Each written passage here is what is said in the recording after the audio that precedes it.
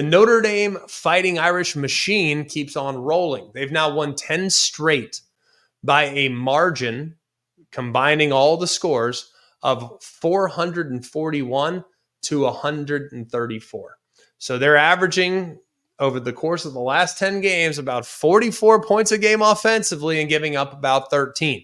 Pretty dang solid, okay? This was probably the toughest test that they've faced so far as personnel on the offensive side of the football. The one thing that hasn't slowed down, though, has been the rushing attack. And Jeremiah Love, probably the best player on the field. Most of the time when he steps out on the field, he's probably the best player.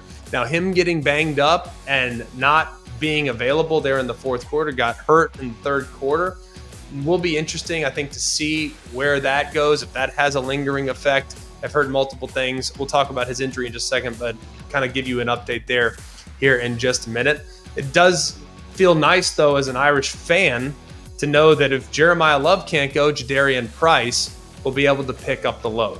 All right, Jadarian did a really nice job, 111 yards, 12 carries, 36-yard touchdown that gave Notre Dame that 21-14 lead. The run game has been really, really, really difficult to defend all season long. And it was again for USC. And if you look at SC, now people will say, well, it's Lincoln Riley. Oh, it's SC.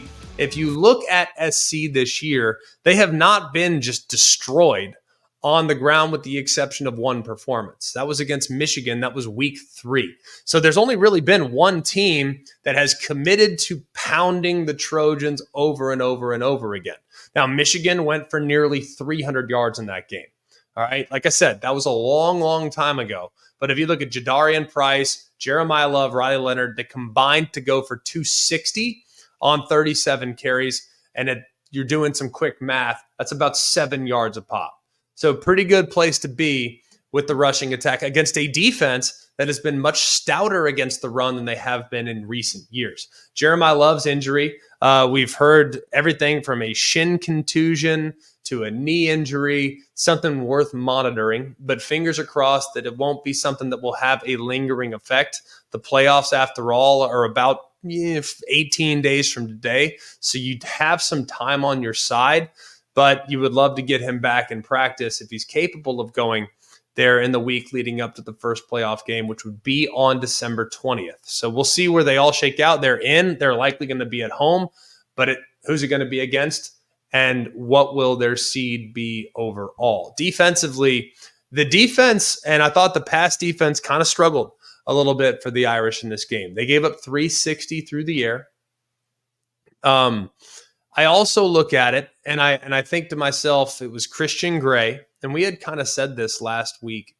We had said, look, Christian Gray has had a lot of positive moments in this game, in this season, has been very, very solid, but he gave up probably 100 yards through the air just on himself. He also had a couple of pass interference penalties. Now, he struggled, but it's not necessarily always about where you start, it's about where you finished, because on one of the most important plays of the game with SC driving, he anticipates the back shoulder throw. He snags it at the 21-yard line and takes it all the way back, right? I mean, he snags it, from the 21-yard line going in, he snags it at around the goal line, takes it all the way back to the house. And the game that could have been very, very tight and very, very uncomfortable, him taking that 99-yard touchdown was massive for this Irish defense. But he's got to shore up some things in coverage because he struggled with this quality passing attack and this quality receiver core that the Trojans used over and over again. And then on the second pick six, it was really the pressure up the middle that forced Mayava to drift back, throw it off his back foot where Watt snagged it easily and took it to the house. So very encouraged by what I saw both offensively and defensively from the Irish, but I'd be remiss if we didn't at least acknowledge the third phase. Pretty sweet throwback. On the punt to Mitchell Evans, the fake punt deep in their own territory. You get Tyler Buckner in there, hand it to him. He makes a throwback. Evans catches it. And that was a pretty gutsy call by Marcus Freeman and a well-executed fake punt that kept the drive alive. So I love how the Irish are playing right now. I really do. I think they're going to be a handful in the playoffs and look forward to seeing them hosting a game in South Bend here in a couple weeks.